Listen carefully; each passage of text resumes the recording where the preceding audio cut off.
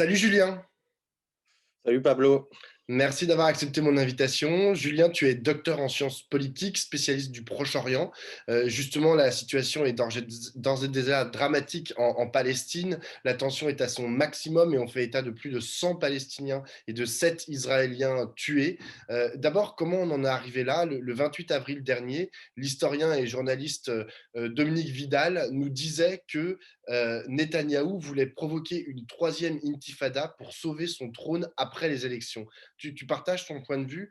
C'est Netanyahou qui fait monter en tension la situation et c'est à cause de lui qu'on en est là. Ce qui est certain, c'est que c'est à cause des politiques des autorités israéliennes qu'on en est dans la situation dans laquelle on en est aujourd'hui. C'est-à-dire qu'un des gros biais médiatiques et politiques qu'on voit là ces derniers jours, c'est de vouloir faire commencer la séquence au début de la semaine.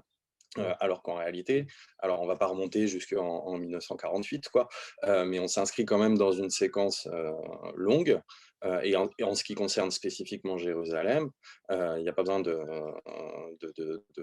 réfléchir très longtemps pour se rendre compte que si des milliers, voire des dizaines de milliers de Palestiniens de Jérusalem se sont mobilisés ces dernières semaines autour du quartier de Cheikh Jarrah, contre les expulsions de familles palestiniennes, c'est parce que ça s'inscrit dans une politique générale qu'on appelle de judaïsation de la partie orientale de Jérusalem, faite de colonisation, d'expulsion, etc. Donc c'est pas du tout un coup de tonnerre dans un ciel serein. En réalité, on a une population palestinienne qui, une fois de plus, finalement, dit trop c'est trop, quoi. Mm. Et donc voilà, toutes les histoires qu'on veut nous raconter. Maintenant, on essaie de nous expliquer que ça a commencé lundi avec les tirs de roquettes du Hamas. Mais c'est une mauvaise plaisanterie. C'est-à-dire, en réalité, on a des politiques coloniales qui durent depuis des décennies, qui ont connu des accélérations. Parfois, il y a des ralentissements. Là, on est dans une phase, effectivement, sous Netanyahou, depuis pas mal d'années, d'accélération, et entre autres, et notamment à Jérusalem. Et donc, finalement, l'explosion à laquelle on assiste actuellement est de l'entière responsabilité des autorités israéliennes et de la politique coloniale.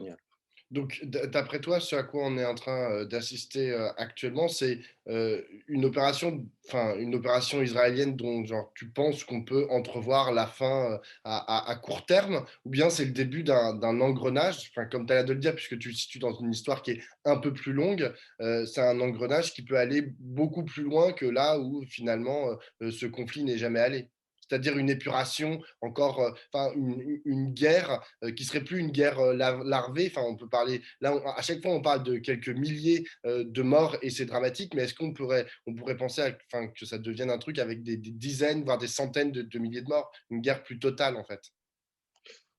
À ce stade, je ne pense pas. C'est-à-dire que, on est dans une situation malheureusement entre guillemets «assez classique» quoi, et c'est triste, hein, de le dire comme ça. Mais Israël est en train de faire une démonstration de sa force militaire, de sa puissance, et entre guillemets de rappeler, à l'ensemble de la population palestinienne les règles du jeu. C'est-à-dire nous sommes, ceux qui décidons, et si vous osez ouvrir la bouche ou relever la tête, on vous écrasera. Donc on est dans une séquence de ce type-là. Après, avec quelque chose voilà, qu'il faut avoir à l'esprit, c'est que la situation politique en Israël est une situation de crise politique quand même, qui dure maintenant depuis plus de 2 ans. On a eu 4 élections législatives, une incapacité à former une majorité gouvernementale, Netanyahou très contesté, qui a des procédures judiciaires qui l'attendent, enfin qui sont en route, etc. Et disons que là, il y a une opportunité pour Netanyahou de se poser en chef de guerre, en rassembleur, en défenseur des colons, etc. Et donc, c'est certain qu'il va jouer cette carte.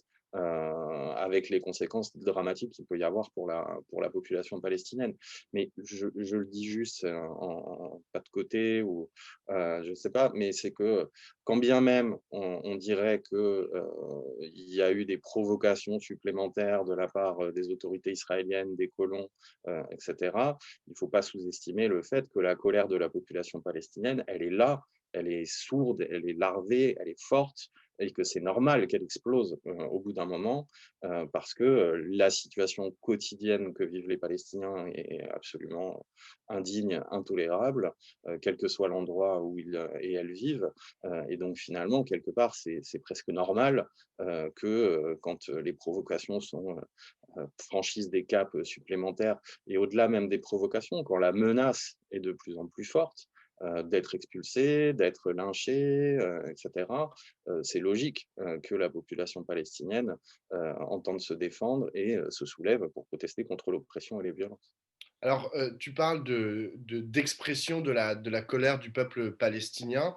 Le problème, c'est que quand on écoute le débat depuis la France et qu'on lit notamment les médias français, ils parlent souvent du Hamas, qui serait en fait une espèce d'officine terroriste, hein, c'est comme ça qu'il est défini dans de nombreux médias, et qui lancerait en fait tous les requêtes sur Israël. Et donc, la faute, en fait, en reviendrait à une organisation terroriste. C'est eux qui mettraient en péril, finalement, la paix en Palestine. Comment, toi, tu te positionnes par rapport à ces accusations, en fait, qui sont faites au Hamas? Est-ce que le Hamas est vraiment pour toi une organisation terroriste? Et surtout, est-ce que c'est eux qui sont responsables de la situation véritablement? Non, ils ne sont pas responsables de la situation. La responsabilité de la situation, elle en incombe à la puissance coloniale. Et on parle des tirs de roquettes du Hamas depuis lundi. Et avant, ces dernières semaines, ces derniers mois, etc.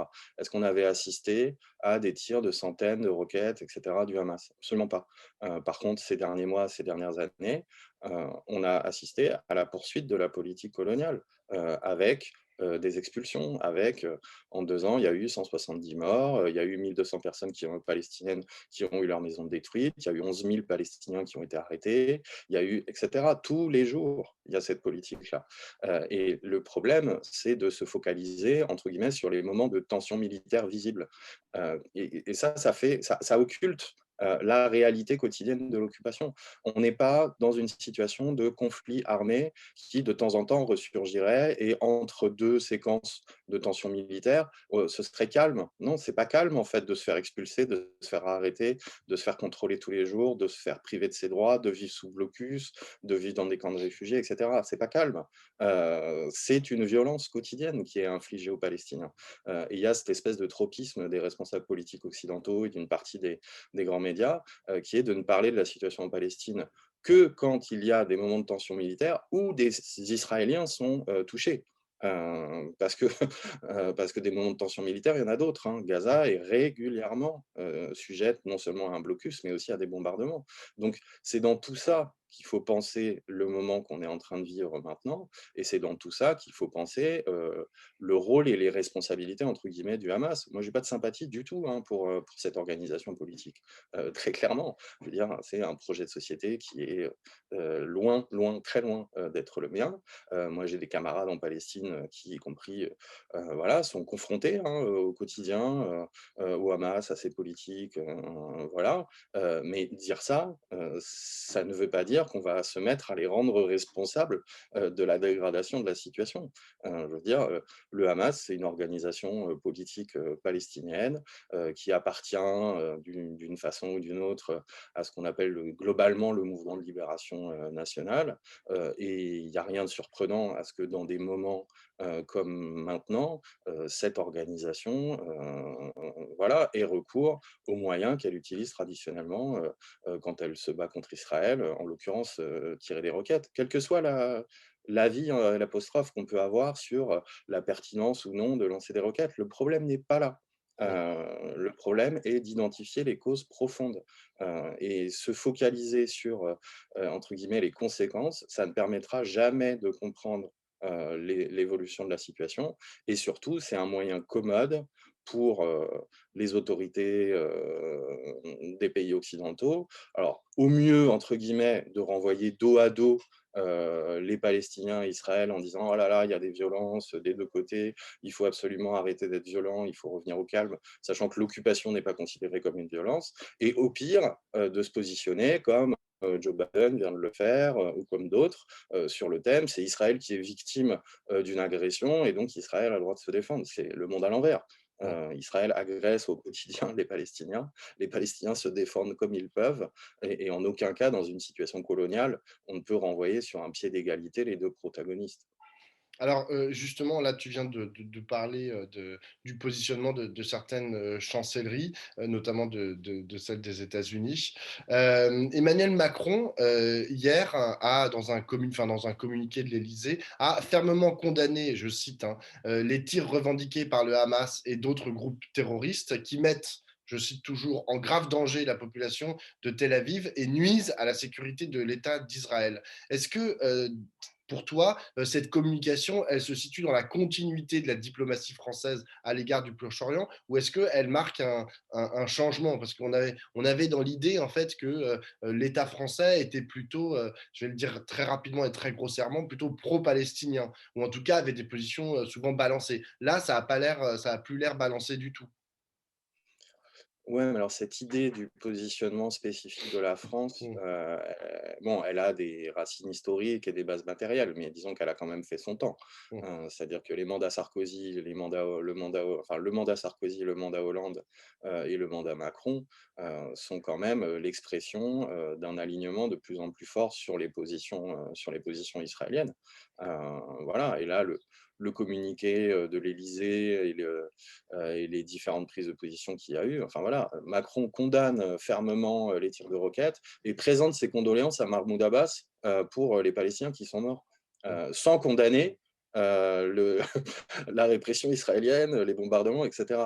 Donc là, on n'est même plus dans l'espèce de position équilibriste qui consiste à renvoyer tout le monde dos à dos.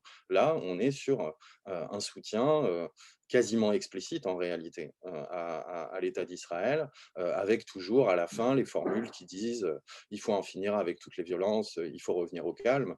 Mais en réalité, quand dans des moments comme celui-là, tu prends une position qui consiste à dire il faut revenir au calme. En fait, tu dis il faut revenir au calme colonial.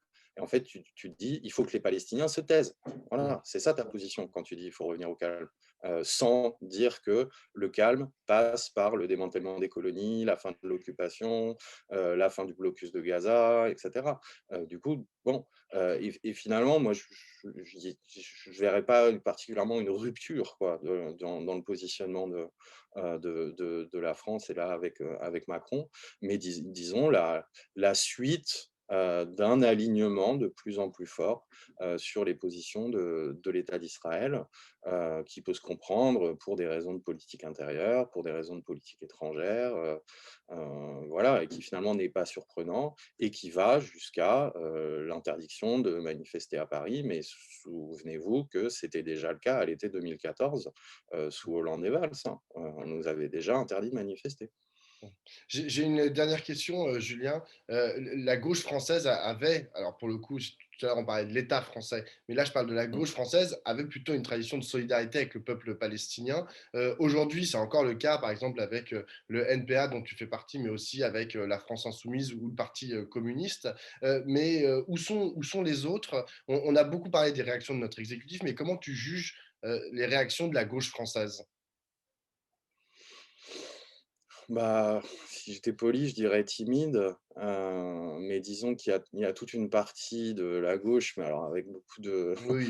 beaucoup de guillemets, mais qui de fait, s'est alignée sur cette espèce de position, pacifiste abstraite quoi. C'est-à-dire, dénoncer les violences, de manière très très générale, dire que, il faut que les gens les plus raisonnables des 2 côtés, s'assoient autour d'une table pour discuter, pour trouver une solution. Mais bon, quand je dis c'est totalement abstrait, c'est-à-dire que ça n'a aucune prise avec la réalité et surtout ça ne correspond, aucunement à une forme d'investissement dans la solidarité avec un peuple opprimé. Là, on en est très, très loin et je pense que les explications, bon, on n'a peut-être pas le temps de tout développer, mais moi je vois au moins 2 choses. C'est-à-dire qu'il y a de toute façon, heu, une logique à ce que la gauche la plus institutionnalisée, la plus intégrée à l'appareil d'État, suivent les évolutions, globales, on va dire et cet alignement dont je parlais tout à l'heure. A fortiori une certaine gauche française, du côté, notamment du Parti socialiste, qui a, par le passé, parfois été plus alignée sur Israël qu'une partie de la droite quand même, hein. Mmh. Donc voilà, donc ça, c'est le premier élément et puis le deuxième élément, c'est qu'il ne faut pas faire abstraction, du contexte plus général, raciste, islamophobe, les délires, contre, le postcolonialisme et cetera. À un moment donné, ça correspond aussi à des prises de position politiques, et dans un pays, où toute une partie de la gauche, est incapable de défendre les musulmans face à l'islamophobie et au contraire condamne les musulmans qui osent, se battre contre l'islamophobie dans un pays où toute une partie de la gauche marche dans le piège, entre guillemets, de la loi séparatisme, le délire sur l'islamo-gauchisme, etc. Et ben, c'est pas étonnant que ces mêmes gens-là soient plus que réticents, et je suis gentil avec eux, à soutenir les droits nationaux des Palestiniens, parce que finalement, ces questions-là se tiennent. L'antiracisme, l'anticolonialisme, la lutte contre l'islamophobie, l'internationalisme, à un moment donné, c'est des choses qui sont liées et quand on a pris le tournant vers la droite, voire l'extrême droite, sur ces questions en politique intérieure, c'est pas étonnant que sur la politique étrangère, on s'aligne de plus en plus sur finalement un État raciste, un État colonial, et qu'on soit incapable d'être solidaire de la population opprimée que sont les Palestiniens. Merci beaucoup, Julien.